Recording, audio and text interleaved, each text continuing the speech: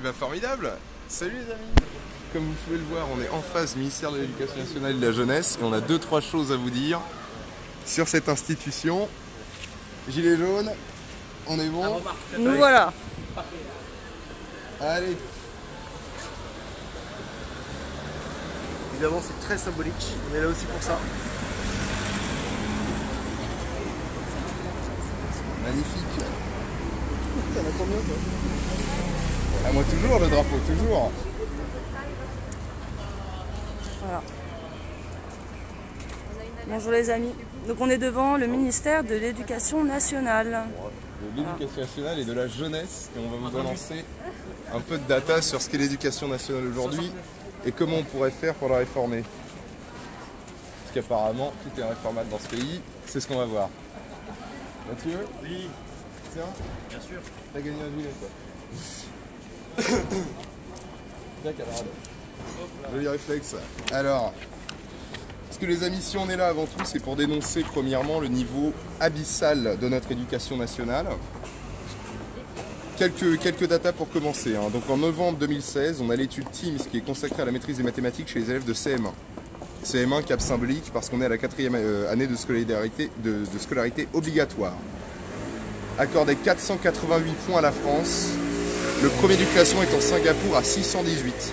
On est à peine en dessous, on est en dessous de la moyenne internationale qui est de 500 points et on est en dessous de la moyenne européenne qui est à 527. Sur tous les pays de l'Union européenne, on obtient quelle place? 22e. Combien de pays testés dans l'Union européenne? 22. Donc on est à la dernière place en termes d'enseignement des mathématiques en CM1, 4e année scolaire obligatoire. Un mois après, on a le classement PISA 2016 qui place nos élèves de 15 ans cette fois, à la 26e place sur 70 pays testés. Donc c'est centré principalement sur les sciences. On est en dessous, on est au-dessus à peine de la moyenne de l'OCDE. On est en régression constante depuis 15 ans au niveau de l'apprentissage. Encore une fois, Singapour premier, 556 points. Le truc, enfin l'élément le plus choquant que cette étude a révélé, c'est que la France est le pays avec le plus forte disparité de tout le classement entre milieux populaires et milieux privilégiés. C'est-à-dire qu'entre le quartile, on va dire plus populaire, qui a été testé en France, et le quartile le plus privilégié, on est à 118 points d'écart sur le même contrôle. C'est-à-dire que des personnes issues d'un milieu populaire ou de l'éducation publique ont 118 points d'écart sur ce même test avec des élèves issus d'écoles privées. D'ailleurs il y a l'école là. Et on va en parler, de leur école. Donc on est à 118 points de séparation entre l'enfant bien né et celui d'origine modeste. Je vous montre. Encore une fois, on n'est pas sur Conspiration Magazine puisque cette étude a été réalisée par l'OCDE et par le classement PISA. C'est des sources très officielles en lien avec l'ONU. Notamment l'UNESCO se sert des données révélées par PISA pour donner ses directives en matière d'éducation. Donc encore une fois, on n'est pas sur Conspimag. Et l'OCDE dit dans son rapport, je cite, « Le milieu socio-économique explique en France plus de 20% de la performance obtenue par les élèves de 15 ans, contre seulement 13% pour la moyenne des pays étudiés par l'OCDE. » Donc seuls 2 pays de l'OCDE ont baissé en termes de niveau de lecture depuis 15 ans, c'est les Pays-Bas et bien sûr, on retrouve la France. La France qui baisse constamment depuis 15 ans, on est à seulement 441 points. Donc c'est un score absolument calamiteux. On est là pour le dénoncer. Je vais laisser la parole à notre camarade Mathieu. Je crois qu'il y a des choses à nous dire. Bien sûr. Tiens, je vais t'aider à porter le drapeau. Bien sûr, pourquoi pas. Je te laisse prendre la flamme. Juste faire quelques étirements d'abord, parce qu'on a quelques problèmes d'élocution. Donc on va essayer d'être clair, d'accord? On va essayer d'être rapide surtout. Alors moi je voulais parler surtout de la loi Aubry de 2001. Je ne sais pas si vous êtes au courant. En gros c'était une loi qui en fait était basée sur l'éducation sexuelle de nos enfants à l'école. Donc les écoles, mais c'est pas précisé, donc ça peut être l'école primaire, l'école maternelle, les collèges et les lycées. Donc en gros c'était 3 cours d'éducation sexuelle par an, chaque année. Et au minimum, donc ça veut dire au minimum 3, ça peut être plus, d'accord?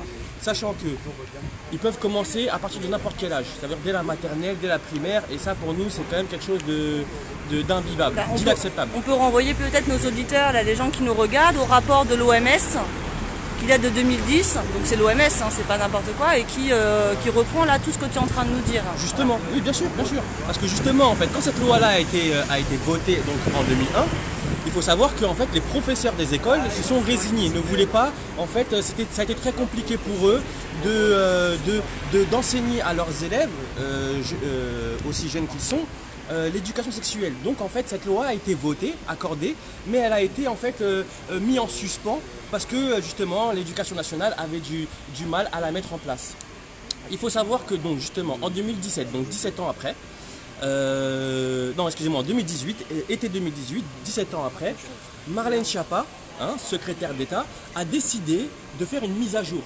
Donc cette mise à jour en fait c'est quoi? C'est une mise à jour de la loi tout simplement, mais de l'instaurer dans nos écoles primaires, collèges et lycées d'une manière différente. Donc en fait sans passer par nos professeurs. Donc si nos professeurs n'arrivent pas à enseigner ça à nos enfants, en gros, ils ont créé une association avec des animateurs agréés par l'État qui vont débarquer dans nos écoles, dire à nos professeurs par exemple, prenez votre pause, allez boire un café à la cafette le temps que je m'occupe de vos enfants.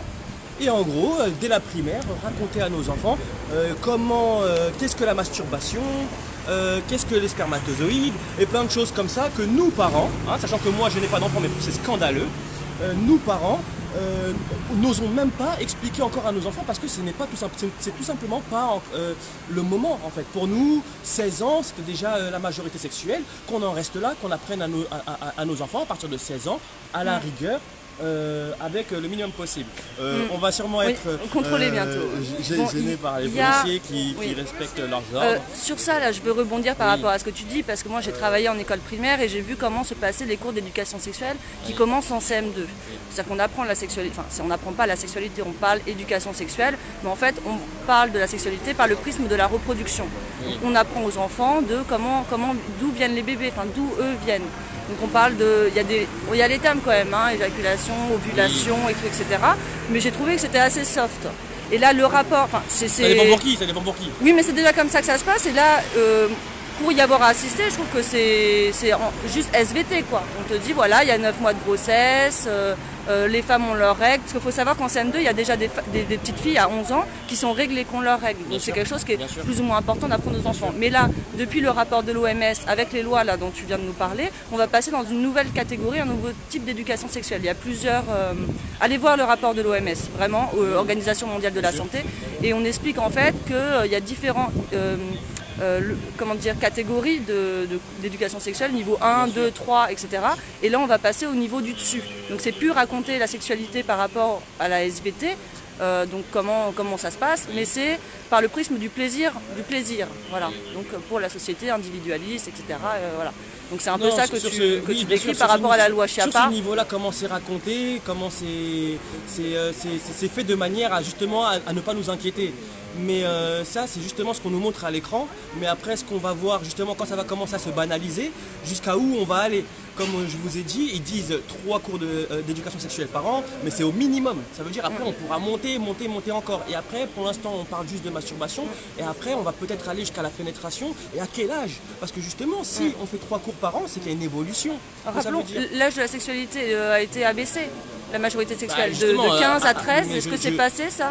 Si les gens qui nous regardent peuvent vérifier, checker. D'accord, oui, ça a été baissé justement, mais qui était pour réellement quand on voit que justement la majorité était contre l'Union Européenne? C'est une bonne manière de lutter contre la pédophilie. On abaisse l'âge de la majorité sexuelle. Et au tribunal, on dira, mais monsieur le juge, elle en avait 11, mais elle en faisait 13. D'ailleurs, j'ai entendu parler justement qu'ils essayaient de faire passer une nouvelle loi où en gros, on ne pouvait plus parler de prédateurs sexuels ou de pédophilie, mais plutôt de gens attirés par des mineurs. Alors on reprendra les termes de Yann Moix qui nous dit que par exemple Michael Jackson, mais ça peut pas être un pédophile, il avait une âme d'enfant.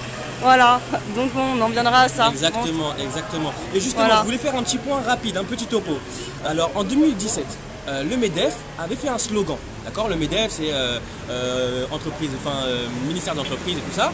Ils avaient fait un slogan en disant que justement si l'éducation nationale faisait son travail, l'école aurait du travail, donc les étudiants auraient du travail. Donc en gros, on n'est pas assez adapté pour pouvoir avoir du travail. Donc en gros, le chômage, c'est à cause de l'éducation nationale. Ah oui, parce qu'on forme des citoyens et le but, ce serait plutôt de former des employables. Voilà, exactement. Exactement. Et en fait, tout de suite, Serge Blanquer, hein, le ministre de l'Éducation nationale, a tout de suite retweeté en disant que c'était un scandale que le MEDEF se mêlait du travail de l'Éducation nationale parce que ce n'était pas leur voix, quoi. C'est pas à eux de critiquer l'éducation nationale et son travail. Après, justement, on peut voir qu'un an après, donc c'était en 2017, un an après, Marlène Schiappa fait une mise à jour de la loi Aubry de 2001. Comme je vous ai dit, en mettant des animateurs d'associations agréés par l'État.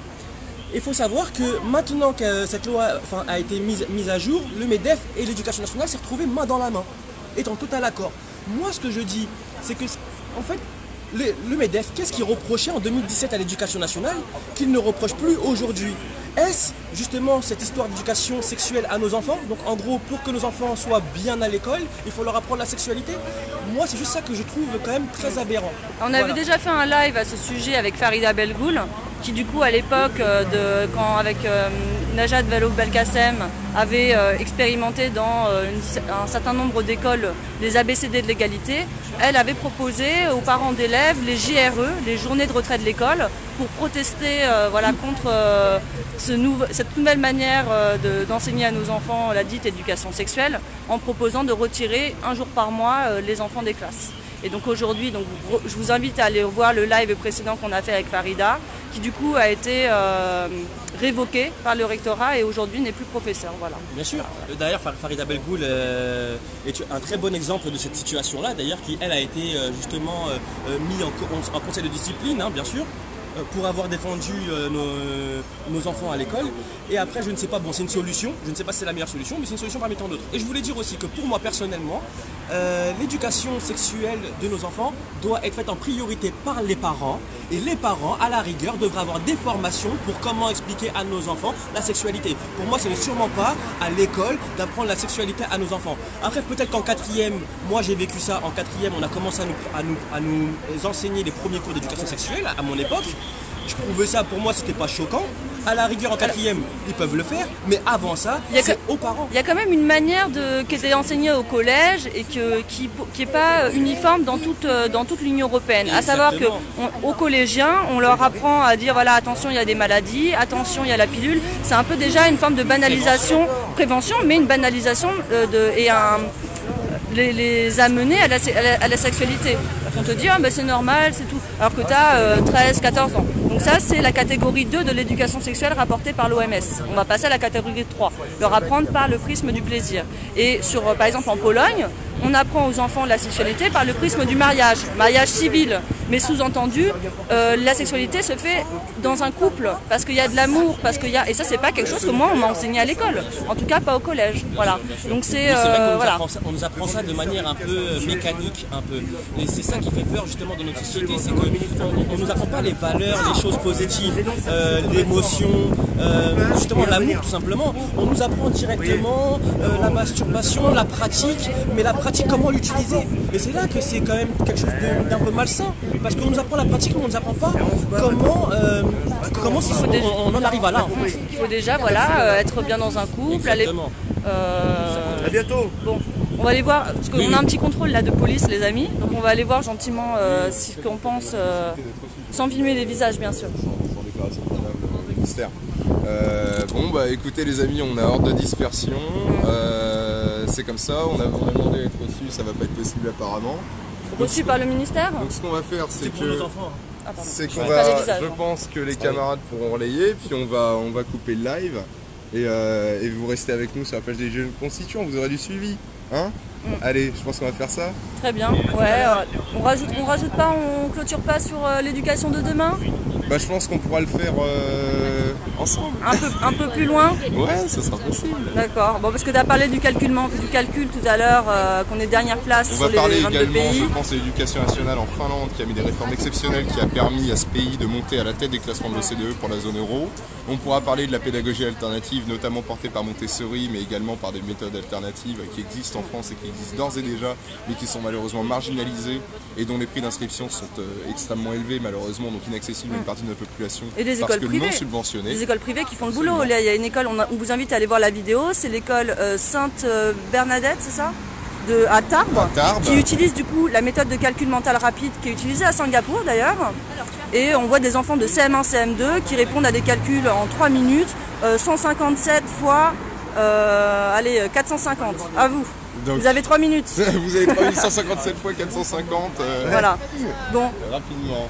Ça marche. on y va du coup, on enlève les gilets. Et... Du deal. C'est le deal. Au revoir. Oh. Je peux juste retirer ça sinon. Le tout. Enlève Oh le tout, là ouais. là là là. Allez, on enlève le tout et on continue. Allez, bonne journée à vous. Bon courage. Bon alors parce qu'on est informé les amis, mais ça c'est dans la loi hein, que Enlève ton gilet, ouais, qui nous court pas après. je propose que bon je donne le change parce que je suis en face de cette charmante gendarmette. Maintenant vous doutez bien les amis qu'on est taquins et que du coup on n'interrompt pas nos opérations pour la journée, bien au contraire qu'on va les poursuivre. Je vous informe que simplement en France en 2019, du coup c'est dans la loi désormais.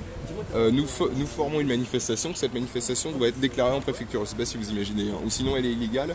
Donc pour moi qui suis l'organisateur de cette manifestation aujourd'hui, parce que apparemment je me présente comme tel, c'est un délit. C'est un délit d'après le droit français qui me vaut 450 € d'amende et un placement en garde à vue immédiat, tu vois. Bon, mais ils ont été gentils. Hein. Oh, mais ils sont toujours adorables. Ils sont toujours adorables. Là, Mais c'est notre police, ils nous soutiennent. Bien hein. sûr, Je bien pense sûr. qu'ils Là, en c'était pensent la pas moins. gendarmerie en plus, donc je pense qu'ils vont être sensibles aux actions qu'on va mener.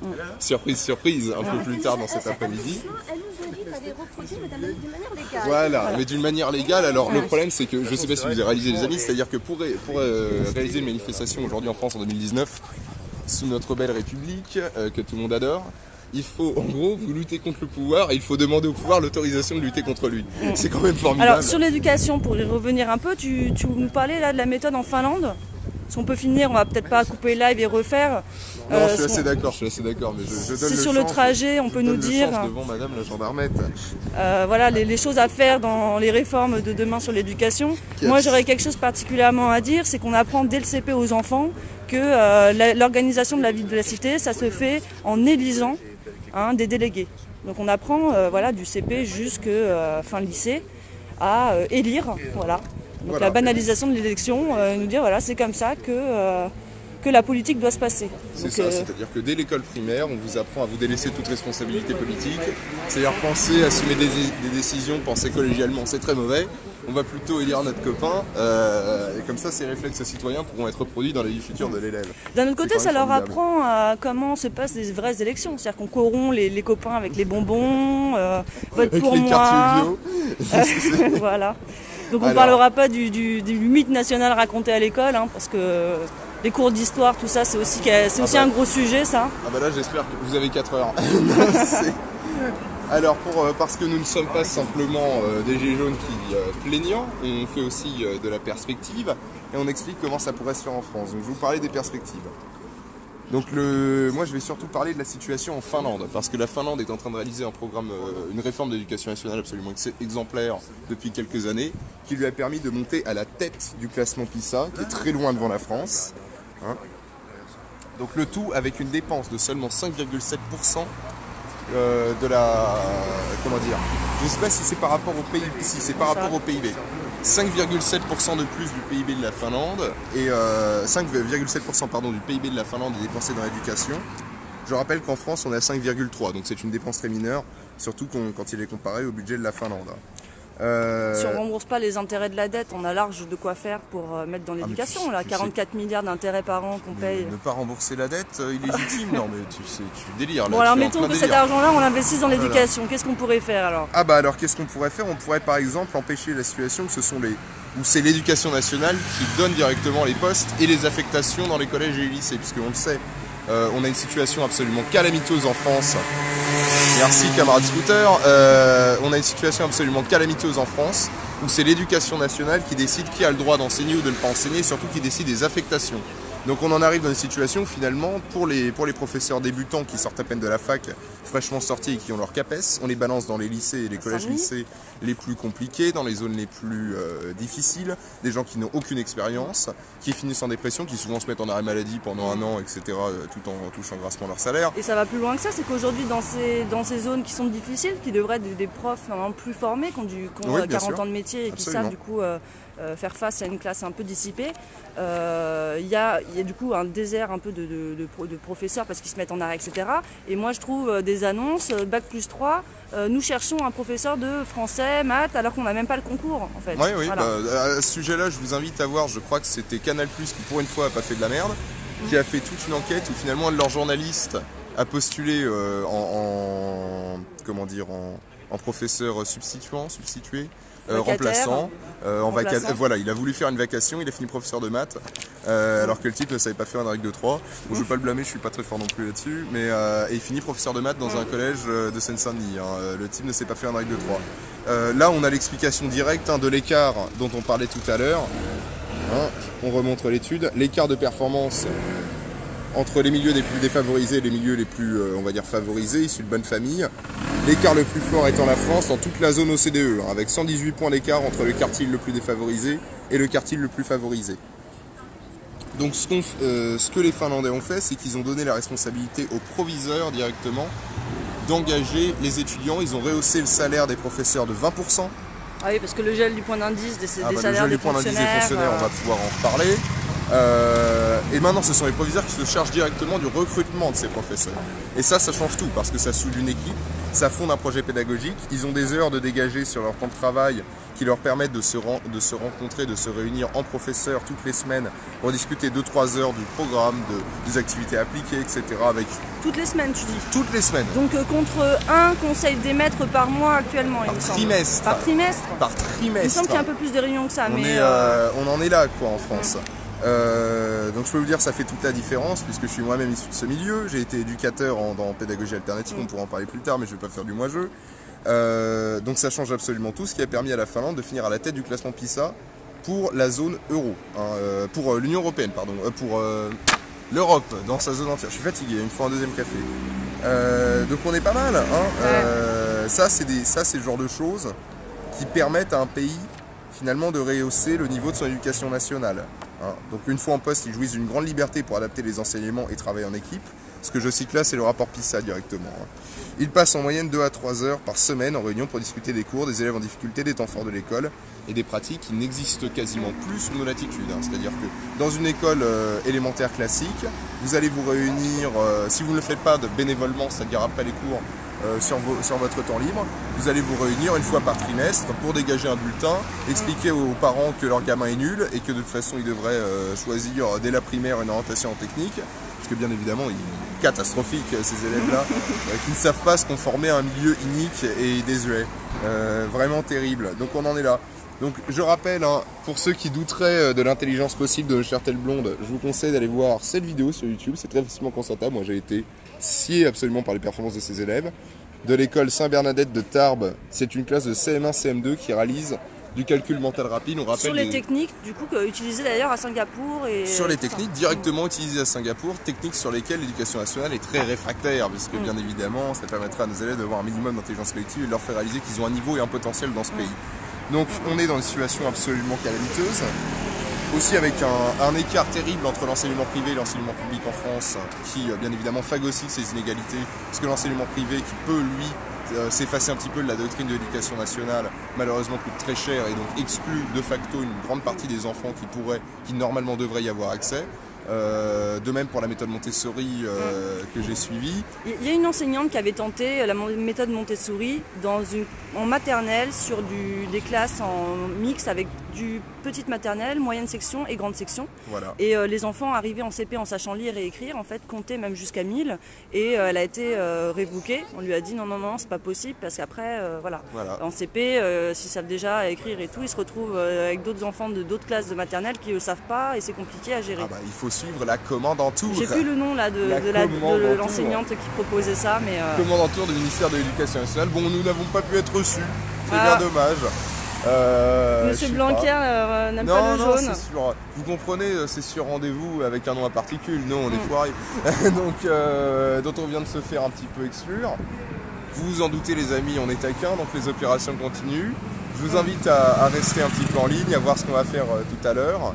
On va se diriger, je pense, vers notre prochain théâtre d'opération. Qu'en penses-tu, camarade?